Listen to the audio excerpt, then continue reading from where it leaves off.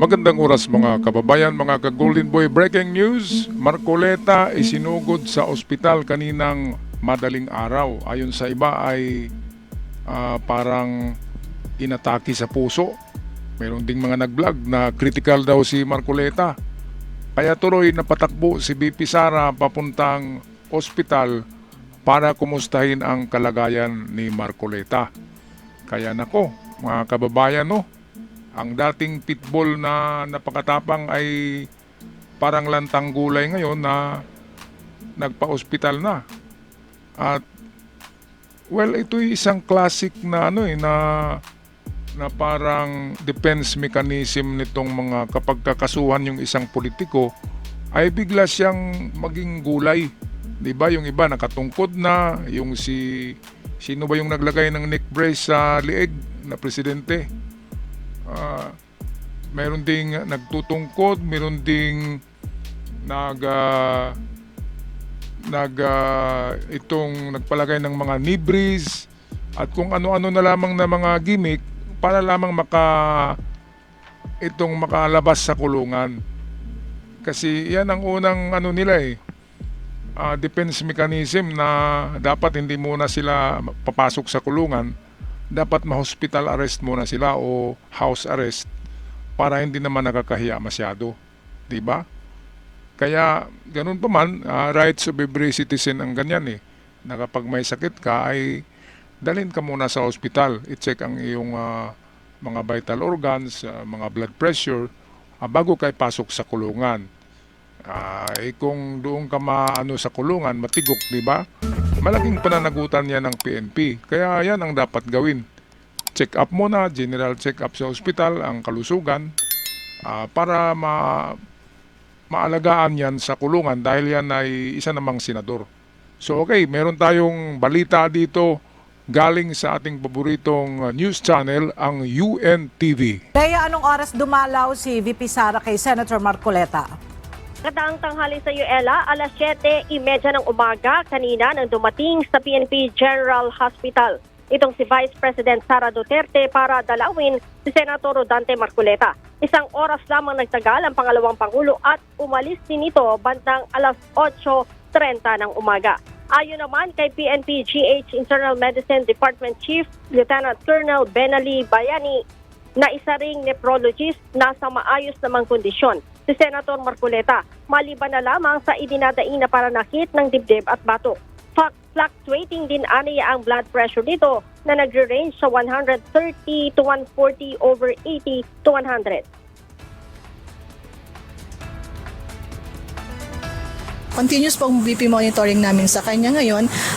Sa ngayon po, fluctuating po ang BP niya for now. Siyempre, considering po yung age niya and the comorbidities po niya. Known hypertensive po kasi si Senator Marcoleta. So, kailangan po nating i-monitor yung kanyang blood pressure sa ngayon. Mayroon din anayang maintenance medicine na iniinom si Senator Marcoleta para sa hypertension at prostate.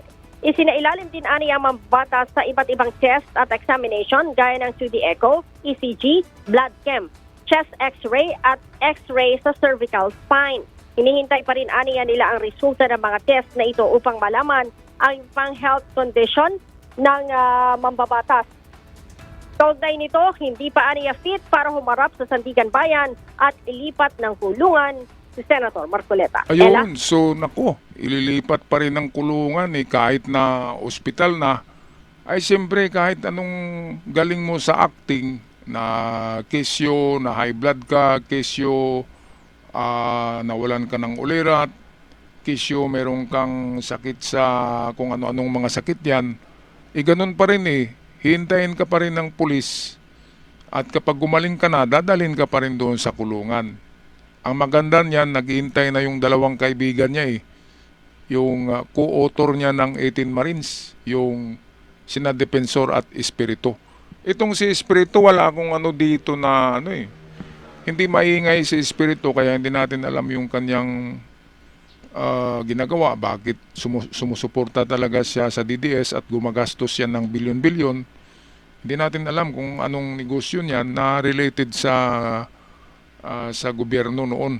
nung nakarang administrasyon. Bakit gumagastos si Espiritu na ang laki-laki? Diba? And then si Defensor, bakit ganun din? Kaya ayun, tuloy, nakamagshot na eh. Naghihintay na nandun sa New Quezon City Jail. Sa New Quezon City Jail sila ngayon na nakulong itong si Defensor at Espiritu, at iniintay na lang doon din dadalhin si Marcoleta. Kaya yung maganda kasi united you stand, divided you fall. Ayan eh.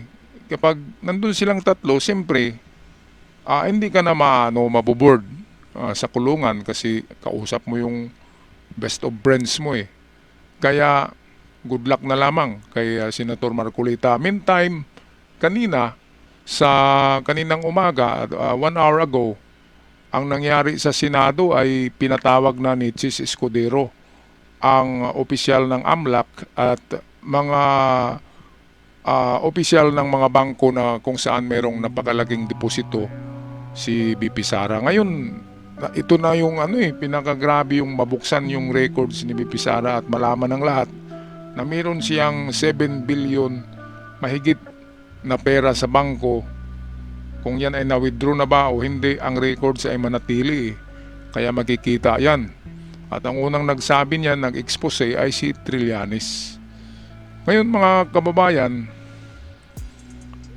merong super attorney daw tong si attorney ni BP Sara, yung mahabang buhok na may ngipin na na parang ngipin ng mga isda. Parang serrated teeth eh. Yung attorney niya, medyo magaling ding magsalita. Pero butata palagi ni Chiljuk no eh. Kahapon butata din siya ni ni Luistro. Pero magaling din siya.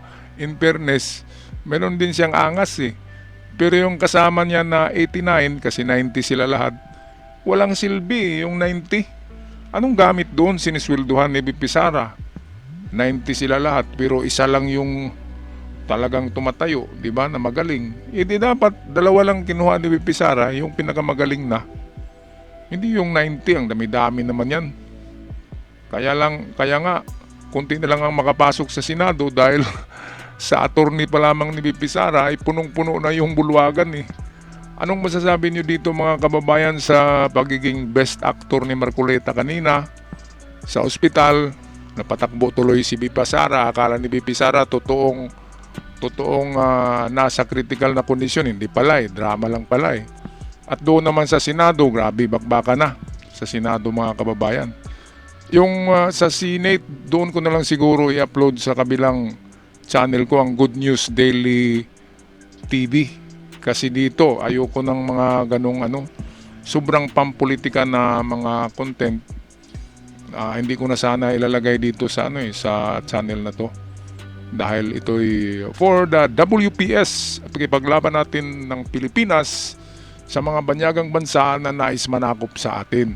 Yan ang ating content, pero hindi mapigilan natin kasi napaka laking issue ito. Trial of the century, kaya medyo kukuha din tayo ng konting content.